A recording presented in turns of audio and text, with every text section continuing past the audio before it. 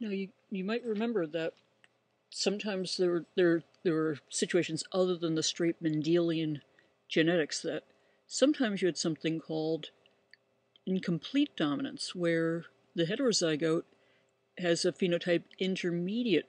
It's in between both the what you'd see in the homozygous dominant and the homozygous recessive individuals.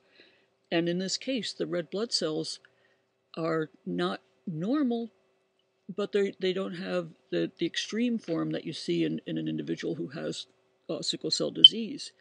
So this intermediate form, it isn't as bad for overall survival as would be having the full state, but you have a resistance to infection by the malarial parasite that the individuals with normal red cells would have.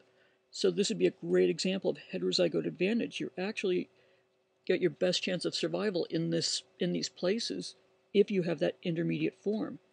And in these tropical regions, malaria, even today, is still a major killer. So if you went and studied the genotypes of people living in these areas, you'd see that this allele is around much more than, say, you'd see up here in the northeast of the United States. So it's a good example of seeing how this works. Okay, so that was heterozygote advantage. The next is frequency-dependent selection.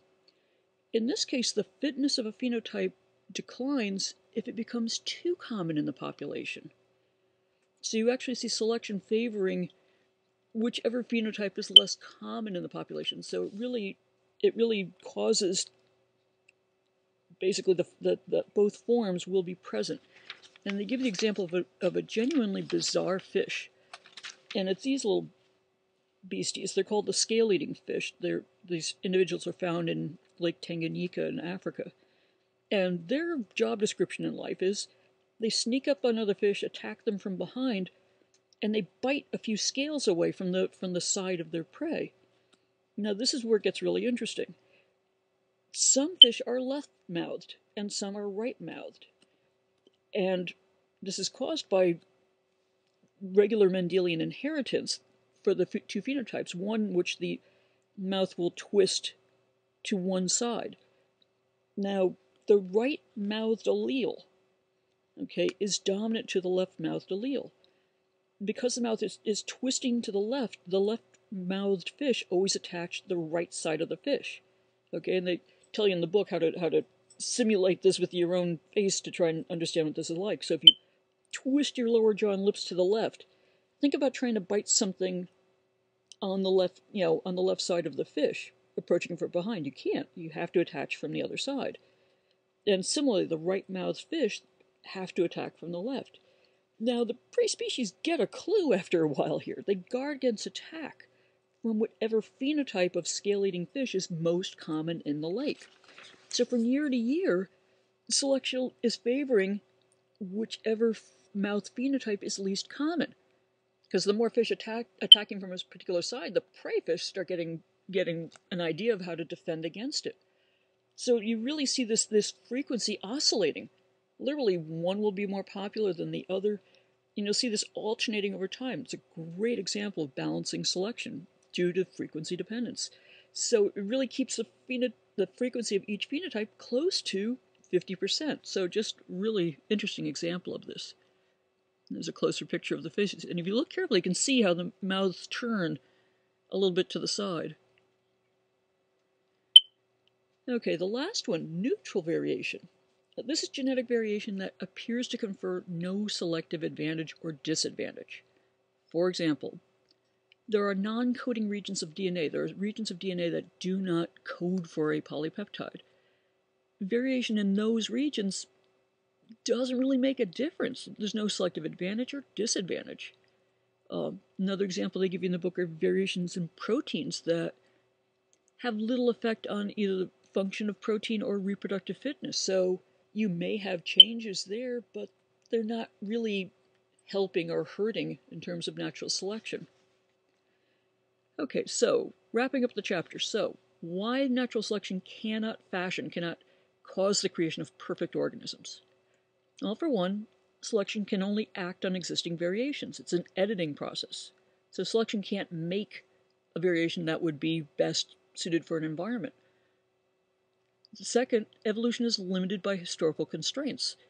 So if you think of like even our own bodies, we could not just spontaneously crank out an extra set of limbs and make ourselves a set of wings. Okay, every species has a legacy of descent with modification from ancestors. So you can't exactly like just throw away the ancestral anatomy and start something from scratch. You're always tweaking and modifying existing structures and adapting them to new situations. So again, you can't really have an extra pair of limbs show up. It doesn't really work that way. It can only work on traits the organism already has. So again, if you think of vertebrates, birds and bats both highly modify an existing set of limbs to make these flying structures. Okay, number 3, adaptations are often compromises, because any one organism has to do a variety of things. All right, you may see, I'll give you the example in the book of a seal. It spends part of its time sitting on rocks. Well, if it had good old strong legs instead of flippers, it could probably maneuver better on the land. But that would be a problem for its ability to swim in the water. So you're often seeing trade-offs. Okay, and again, we think of our wonderful hands with these opposable thumbs and everything, and the mobility of our forelimbs. Well, we have great mobility of our forelimbs, but it gives us some weakness in the shoulders. Okay, if you've ever seen an athlete's shoulder get popped out of joint, okay, you have that wonderful mobility at the shoulder, but there's a disadvantage in that it's a relatively weak joint. Okay, so very often you're going to see things where you're trading off either rigidity for flexibility, things like that. And there's a great photograph in the book here of this bat. Now this little bat is closing in on a frog. Yet again, we're looking at frog evolution. These frogs that call very loudly are great at attracting the females. Okay, the girls hear that loud, long call, and they come running to meet the guy. Downside is, that's helping the bat find you that wants to use you for dinner.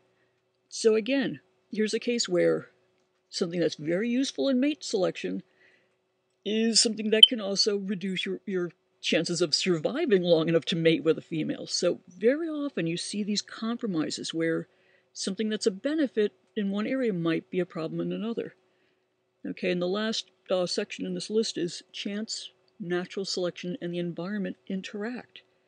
Chance events can change the evolutionary history of populations. Okay, so again, those notorious little Darwinian finches.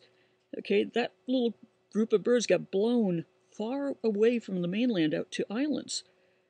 Now, the wind is not going to select, oh, you would be the best one to live on an island where you need to crunch seeds for a living with that beak of yours. It's chance. Just those birds that were in that place at that time got blown out. So not all those alleles in that founding population's gene pool were the best ones for those islands. Okay, there might have been better ones left behind. Again, it was chance that selected which birds wound up being blown out there. Okay, and then even the environment itself may change from year to year. So again, limiting the extent to which adaptive evolution can maintain that nice tight match between the organism and the current environmental conditions. Okay, so with those 4 constraints, evolution can't make perfect organisms. You always sort of get the best than, okay, what form is better than the other forms present. Okay, and that's the end of the chapter, and I hope this helps you understand it.